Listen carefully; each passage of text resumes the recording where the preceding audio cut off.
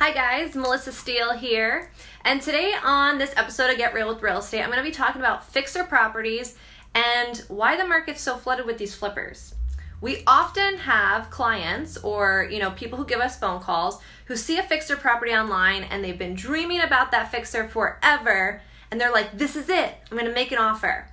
And they're so disappointed when they find out that there's cash offers on the table and the investors are in line.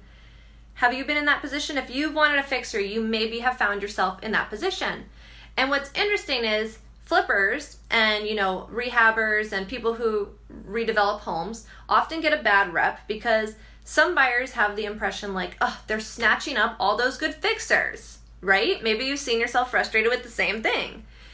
But what's really interesting to note is that most of us, me and you, like normal human beings who carry a normal 9-to-5 job and have a W-2, most of us don't have a few $100,000 sitting in the bank just waiting to be used for fixer properties. So what a lot of people don't understand is that the bank doesn't loan them money for fixer properties.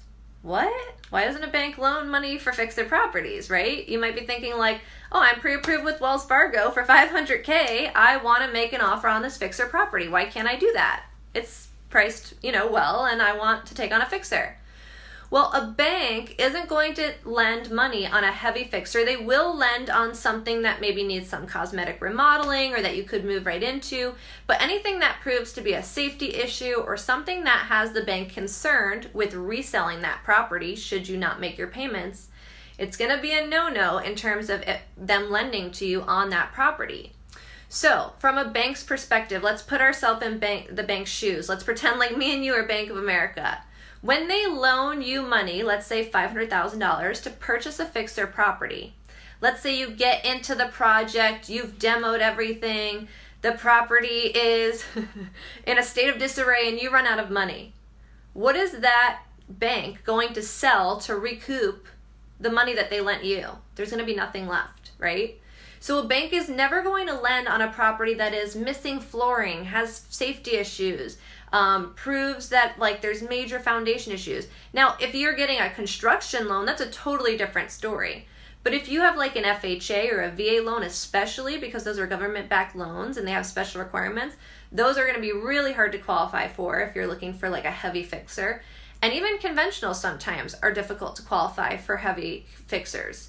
We have a home on the market right now that is on Howe in the Linda Vista area, and it is a heavy fixer. It's a really gnarly property. This thing is full of mold. It's honestly, it's been described to us as it looks like death is crawling up the walls, and it literally looks like death is crawling up the walls. There's mold on every surface. It is a hoarder house. The owner had passed away in the property.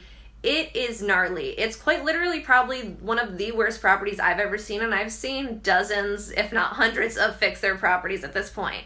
It is bad. And so a bank would not lend on that property because if you were to walk away from it tomorrow, the bank wouldn't feel confident in reselling that property.